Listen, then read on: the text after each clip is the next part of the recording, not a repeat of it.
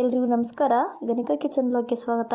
ಇವತ್ತಿನ ವಿಡಿಯೋದಲ್ಲಿ ನಾನು ಅಂಜಲ್ ಮೀನಿಂದ ರವಾ ಫ್ರೈನ ಯಾವ ರೀತಿ ಮಾಡೋದು ಅಂತ ತಿಳಿಸ್ಕೊಡ್ತೀನಿ. ತುಂಬ ಟೇಸ್ಟಿಯಾಗಿರುತ್ತೆ, ತುಂಬ ರುಚಿಯಾಗಿರುತ್ತೆ ಮಾತ್ರ.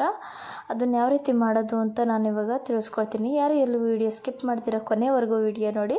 ಫಸ್ಟ್ ಟೈಮ್ ಟ್ರೈ ಮಾಡೋರು ಕೂಡ ಮಾಡ್ಕೊಳ್ಬೋದು. ತುಂಬ ಸುಲಭವಾಗಿ ಮಾಡ್ಕೊಳ್ಬೋದು ಮಾತ್ರ. ಅಂದರೆ ಮನೆಯಲ್ಲಿರೋ ಇಂಗ್ರೀಡಿಯೆಂಟ್ಸ್ನ ಹಾಕ್ಕೊಂಡು ಮಾಡ್ಕೊಳ್ಬೋದು. ತುಂಬ ರುಚಿಯಾಗಿರುತ್ತೆ ಮಾತ್ರ, ಟೇಸ್ಟಿಯಾಗಿರುತ್ತೆ. ಈಗ ಅದನ್ನು ಯಾವ ರೀತಿ ಮಾಡೋದು ಅಂತ ನೋಡೋಣ ಬನ್ನಿ. ಈಗ ಅದಕ್ಕೆ ಏನೇನು ಬೇಕು ಅಂತಂದರೆ ಮೇಯ್ನ್ ಇಂಗ್ರೀಡಿಯೆಂಟ್ಸ್ ಎಲ್ಲ ಇಟ್ಕೊಂಡಿದ್ದೀನಿ, ಮನೆಯಲ್ಲಿರೋದನ್ನೇ ಇಟ್ಕೊಂಡಿರೋದು.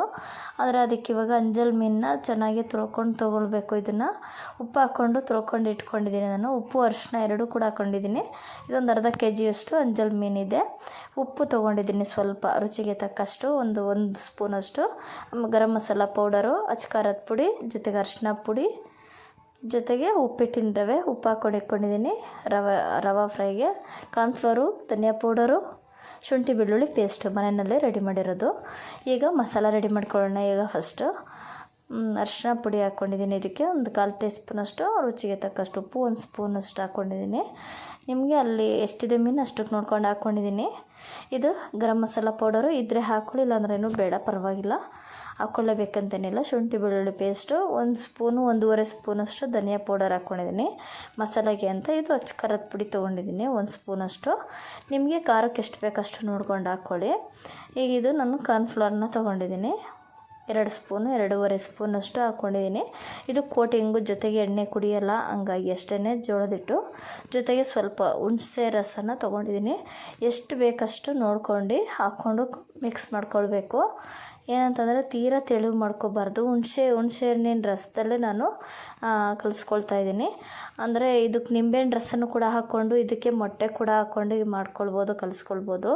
ಇಲ್ಲ ಬೇಡ ಅನ್ನೋರು ಈ ಥರನೂ ಕೂಡ ಹುಣಸೆ ರಸದಲ್ಲೂ ಕೂಡ ಹುಣಸೆ ಹಣ್ಣನ್ನು ಚೆನ್ನಾಗಿ ನೆನೆಸಿಟ್ಕೊಬೇಕು. ಅವಾಗ ಹಾಕ್ಕೊಂಡು ಈ ಹದವಾಗಿ ಮಾಡಿಕೊಂಡು ಈಗ ಎಲ್ಲ ಫುಲ್ಲು ಮೀನಿಗೆ ಚೆನ್ನಾಗಿ ಏನು ಮಾಡಬೇಕು, ಎಲ್ಲ ಫುಲ್ಲು ಹಚ್ಬಿಟ್ಟು ಇವಾಗ ನಾವು ಅರ್ಧ ಗಂಟೆ, ಮುಕ್ಕಾಲು ಗಂಟೆ, 1 ಅವರು ಚೆನ್ನಾಗಿ ನೆನೆಯೋಕ್ಕೆ ಬಿಟ್ಬಿಟ್ರೆ ಚೆನ್ನಾಗಿರುತ್ತೆ. ಟೇಸ್ಟು ಅಷ್ಟು ಚೆನ್ನಾಗಿರುತ್ತೆ, ರುಚಿಯಾಗಿರುತ್ತೆ ಮಾತ್ರ.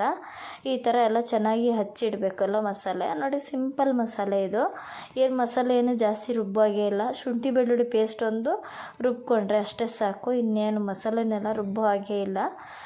ನೋಡಿ, ಜಾಸ್ತಿ ಏನಿಲ್ಲ, ಈಸಿಯಾಗಿ ಮಾಡ್ಕೊಳ್ಬೋದು. ಬರಲ್ಲ ಅನ್ನೋರು ಕೂಡ, ಈಗ ಮೀನಿಂದು ರವಾ ಫ್ರೈನ ಮಾಡೋಕ್ಕೆ ಬರಲ್ಲ ಅನ್ನೋರು ಕೂಡ ಆರಾಮಾಗಿ ಮಾಡ್ಕೊಳ್ಬೋದು.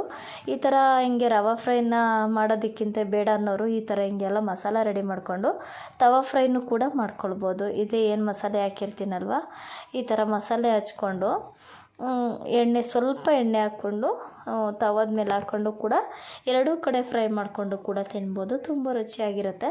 ಅದಕ್ಕಿಂತ ಈಗ ರವಾ ಫ್ರೈ ನಾನು ತೋರಿಸ್ತೀನಲ್ಲ, ಅದಂತೂ ತುಂಬ ರುಚಿಯಾಗಿರುತ್ತೆ ಮಾತ್ರ. ನೀವು ಒಂದು ಸಲ ಮಾಡ್ಕೊಳ್ಳೋದಷ್ಟೇ, ಎಲ್ಲ ನೀವು ಮತ್ತೆ ಇದೇ ಥರನೇ ಟ್ರೈ ಮಾಡ್ತಾ ಇರ್ತೀರ. ಈಗ ನಾನು ಎಲ್ಲವನ್ನು ಕೂಡ ಹಚ್ಚಿ ಇಟ್ಕೊಂಡಿದ್ದೀನಿ. ಮಸಾಲೆನ ಒಂದು ಅರ್ಧ ಗಂಟೆ ನೆನೆಸಿಟ್ಕೊಂಡಿದ್ದೀನಿ. ಇದನ್ನು ಇವಾಗ ಏನಿಲ್ಲ ಅಂತಂದ್ರೆ ನೋಡಿ, ಇವಾಗ ಈ ರವೆನಲ್ಲಿ ಉಪ್ಪು ಹಾಕ್ಕೊಂಡಿರಬೇಕು, ಚೆನ್ನಾಗಿರುತ್ತೆ. ಅವಾಗ ಎರಡೂ ಕಡೆನೂ ಕೂಡ ಎಲ್ಲ ಫ್ರೈ ಮಾಡಿಕೊಂಡು ಎಣ್ಣೆ ಕಾದ್ಮೇಲೆ, ಎಣ್ಣೆ ಇಟ್ಕೊಂಡಿದ್ದೀನಿ. ಎಣ್ಣೆ ಕಾದ್ಮೇಲೆ ಎಣ್ಣೆ ಒಳಗಡೆ ಮೀಡಿಯಮ್ ಉರಿನಲ್ಲಿ ಇಟ್ಕೊಂಡು ಎಲ್ಲ ಅದರೊಳಗಡೆ ಹಾಕ್ಕೊಂಡು ತೇಲಿಸ್ಕೊಳ್ತೀನಿ. ನೋಡಿ, ಹೀಗೆ ಒಂದೊಂದನ್ನು ನೀಟಾಗಿ ಇದೇ ಥರ ರವೆನಲ್ಲಿ ಎಲ್ಲ ಮಿಕ್ಸ್ ಮಾಡ್ಕೋಬೇಕು. ಅಂದರೆ ಹಚ್ಚಿದ ತಕ್ಷಣ ಎಣ್ಣೆಗೆ ಹಾಕಬೇಕು, ಹಚ್ಚಿ ಬಿಡಬಾರ್ದು, ರವೆ ನಂದ್ಬಿಡುತ್ತೆ. ಹಂಗಾಗಿ ಈ ಥರ ಕ್ರಿಸ್ಪಿಯಾಗಿರಬೇಕು ಅಂತಂದರೆ ಈ ಥರ ಮಾಡ್ಕೊಳ್ಬೇಕು. ಇಲ್ಲಿ ಎಣ್ಣೆ ಇಕ್ಕಿದ ತಕ್ಷಣವೇ ನೀವು ಅದ್ದಿ ಹಾಕಬೇಕು ರವೆಗೆ. ಎಣ್ಣೆ ಕಾದ್ಮೇಲೆ ಸ್ವಲ್ಪ ಮೀಡಿಯಮ್ ಉರಿ ಕಾಯಬೇಕು ಎಣ್ಣೆ. ತೀರಾ ಜಾಸ್ತಿ ಕಾವೋದ್ರೆ ಸಿದೋಗ್ಬಿಡುತ್ತೆ ರವೆ. ನೋಡಿಕೊಂಡು ನಿಧಾನವಾಗಿ ಮೀಡಿಯಮ್ ಉರಿನಲ್ಲಿ ಬೇಯಿಸ್ಕೊಳ್ಬೇಕು ಮೀನುಗಳನ್ನೆಲ್ಲ. ನೋಡಿ, ಅಂಜಲ್ ಮೀನಿಂದ ರವಾ ಫ್ರೈ ಮಾಡ್ತಾಯಿದ್ದೀನಿ ಇವಾಗ. ಅಂದರೆ ಬಂಗುಡೆ ಮೀನಿಂದನೂ ತೋರಿಸಿದ್ದೀನಿ, ಬಂಗುಡೆ ಮೀನಿಂದ ತೋರಿಸಿದ್ದೀನಿ. ಅದೊಂದು ವಿಡಿಯೋನೂ ಕೂಡ ಇದೆ, ಅದನ್ನು ಕೂಡ ಎಲ್ಲ ವಿಡಿಯೋ ನೋಡಿ. ಅಂಜಲ್ ಮೀನಿಂದು ಸಾಂಬಾರು ಕೂಡ ತೋರಿಸಿದ್ದೆ. ಅದಕ್ಕೆ ಇವತ್ತು ನಾನು ರವಾ ಫ್ರೈನ ತೋರಿಸ್ತಾ ಇದ್ದೀನಿ. ರವಾ ಫ್ರೈನೂ ಕೂಡ ತುಂಬ ಚೆನ್ನಾಗಿರುತ್ತೆ, ಟೇಸ್ಟಿಯಾಗಿರುತ್ತೆ ಮಾತ್ರ. ಟೇಸ್ಟ್ ಅಂತೂ ಅಷ್ಟೇ ಚೆನ್ನಾಗಿರುತ್ತೆ. ನೋಡಿ, ಹೀಗೆ ಎರಡೂ ಕಡೆಯೂ ಕೂಡ ಚೆನ್ನಾಗಿ ಬೇಯಿಸ್ಕೊಳ್ಬೇಕು ಮೀನು. ಅಂದರೆ ಮೀನು ಬೇಗನೆ ಬೆಂದ್ಬಿಡುತ್ತೆ, ಯಾಕಂದರೆ ಜಾಸ್ತಿ ಏನು ಬೇಯೋ ಅವಶ್ಯಕತೆ ಇಲ್ಲ, ಬೇಗ ಬೆಂದೋಗುತ್ತೆ. ಬೇಗ ಮಾಡ್ಕೊಳ್ಬೋದು ಈಸಿಯಾಗಿ. ಏನಿಲ್ಲ ಅಂದರೆ ಶುಂಠಿ ಬೆಳ್ಳುಳ್ಳಿ ಪೇಸ್ಟ್ ರೆಡಿ ಇರಬೇಕು, ಕಾರ್ನ್ಫ್ಲೋರ್ ಒಂದಿದ್ದರೆ ಸಾಕು ಅಲ್ಲಿಗೆ. ಚೆನ್ನಾಗಿರುತ್ತೆ. ಕೋಟಿಂಗಿಗೋಸ್ಕರ ಕಾರ್ನ್ಫ್ಲೋರ್ನ ಹಾಕೋದನ್ನು ಮಾತ್ರ ಮರಿಬೇಡಿ.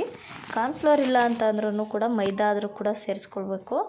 ಇಲ್ಲ ಅಂತಂದರೆ ಕೋಟಿಂಗ್ ಎಲ್ಲ ಎಣ್ಣೆಯಲ್ಲಿ ಕದ್ರೋಗ್ಬಿಡುತ್ತೆ. ಹಾಗಾಗಿ ಇಲ್ಲ ಅಂದರೆ ತವಾ ಫ್ರೈ ಮಾಡ್ಕೊಳ್ಳೋರು ಕೂಡ ಕಾರ್ನ್ಫ್ಲೋರ್ ಇಲ್ಲ ಅಂತಂದ್ರೆ ಏನು ಪರವಾಗಿಲ್ಲ, ಆರಾಮಾಗಿ ನೀವು ಈಸಿಯಾಗಿ ಹಂಗೆ ಮಾಡ್ಕೊಳ್ಬೋದು. ತವಾ ಫ್ರೈನಲ್ಲಿ ಮಾಡ್ಕೊಳ್ಬೋದು ಈಗ ಹಾಕಿರೋ ಮಸಾಲೆನಲ್ಲೇ ಚೆನ್ನಾಗಿರುತ್ತೆ.